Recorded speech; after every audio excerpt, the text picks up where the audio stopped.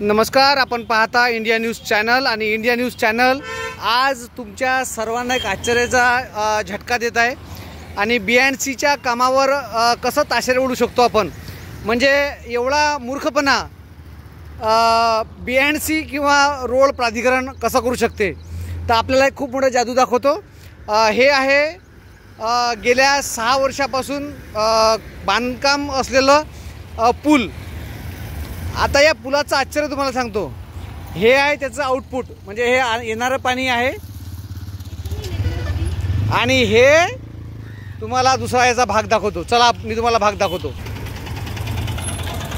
हा त्याचा दुसरा भाग, आपण जात आहोत दुसऱ्या भागाला पाहायला। आता याचा हे दुसरी बाजू हे पहा, आणि याचं जे आउटपुट आहे ते आहे या दुकानात अंकिता ऑटोमोबाईल्स, आणि हे सर्व परमिशन ग्रँटेड घर आहेत।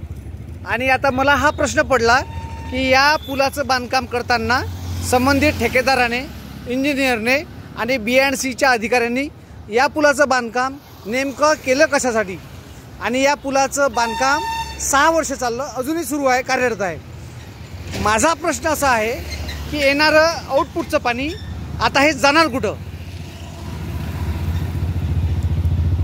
Cameraman Sanjay Shelke, India news, Akot.